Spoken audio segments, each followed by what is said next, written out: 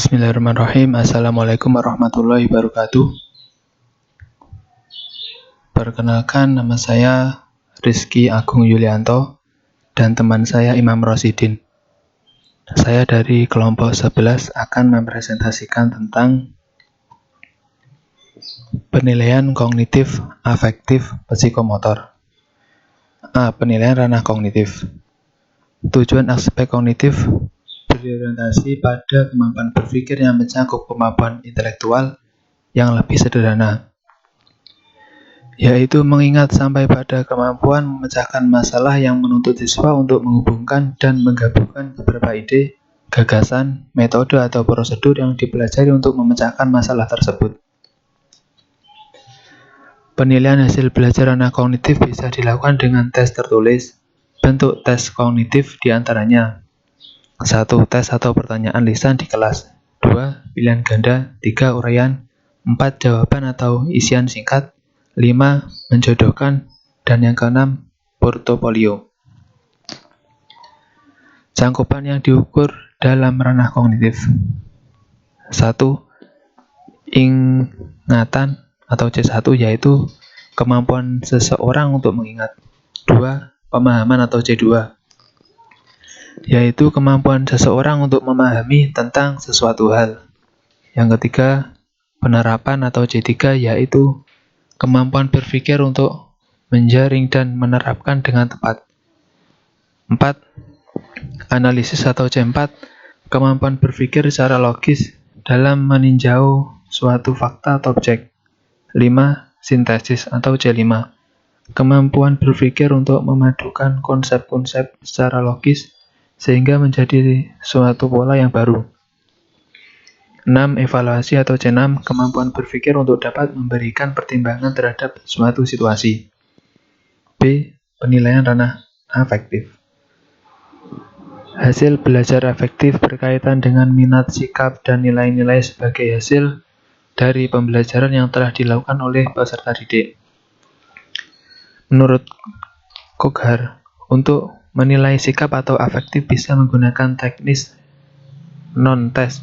Menurut Arifin, teknik non-tes ini bisa dilakukan dengan beberapa kegiatan diantaranya yaitu observasi, wawancara, skala sikap, daftar cek, skala penilaian, angket, studi kasus, catatan insidental, sosiometri, inventory, kepribadian, dan teknik pemberian penghargaan kepada peserta. A. Observasi merupakan kegiatan mengamati yang dilakukan oleh guru baik langsung atau tidak langsung.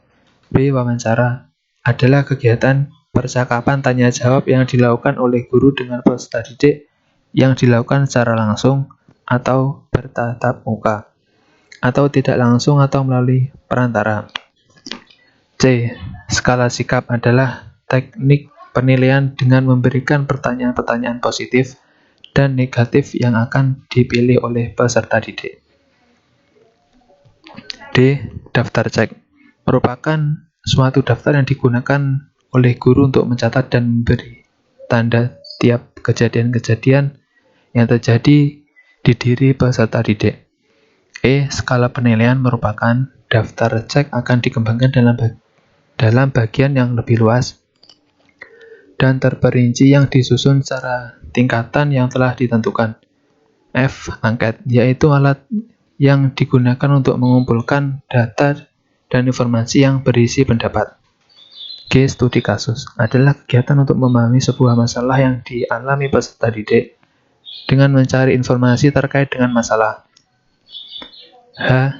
Catatan insidental atau jurnal, yaitu catatan yang berisi tentang kejadian singkat yang dialami atau telah dilakukan peserta didik dalam pembelajaran.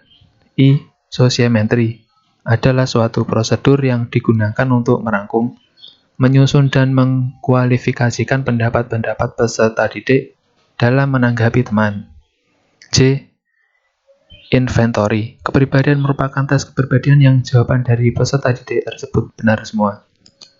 Namun, jawaban tersebut tetap akan dikualifikasikan sehingga dapat dibandingkan dengan kelompok lain. K. Teknik pemberian penghargaan kepada peserta didik. Bertujuan untuk memberikan semangat, motivasi, dan meningkatkan perhatian peserta didik dalam pembelajaran. Sedangkan menurut Fadilah, dalam kurikulum 2013, penilaian sikap atau afektif dilakukan melalui observasi, penilaian diri, penilaian teman sejawat, dan jurnal. C. Penilaian ranah psikomotor. Penilaian psikomotorik merupakan penilaian terhadap keterampilan dan kemampuan bertindak setiap individu. Penilaian psikomotorik berkenaan dengan keterampilan-keterampilan atau kemampuan-kemampuan bertindak setelah peserta didik menerima pengalaman belajar tertentu.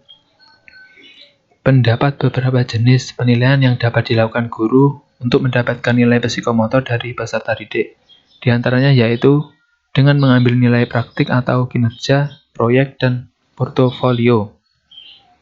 Tes praktik merupakan penilaian yang menuntut respon berupa keterampilan melakukan suatu aktivitas atau perilaku berupa pembuatan suatu produk tertentu sesuai dengan tuntutan kompetensi.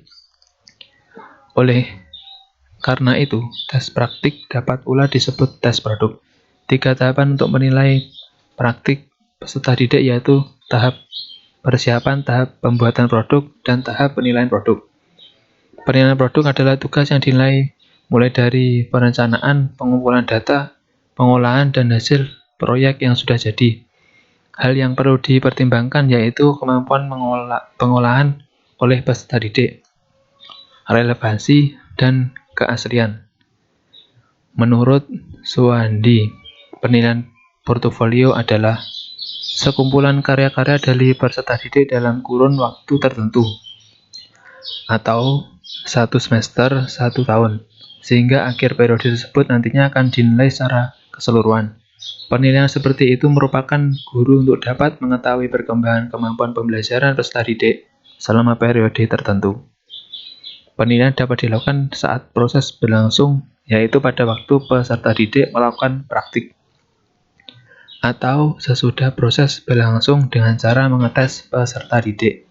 Penilaian psikomotorik dapat dilakukan dengan menggunakan observasi atau pengamatan. Dengan kata lain, observasi dapat mengukur atau menilai hasil dan proses belajar atau psikomotorik, misalnya tingkah laku peserta didik ketika praktik, kegiatan diskusi peserta didik, partisipasi peserta didik dalam simulasi, dan penggunaan alians ketika belajar. Sekian presentasi dari saya. Mohon maaf bila ada kurang lebihnya. Wassalamualaikum warahmatullahi wabarakatuh. Terima kasih.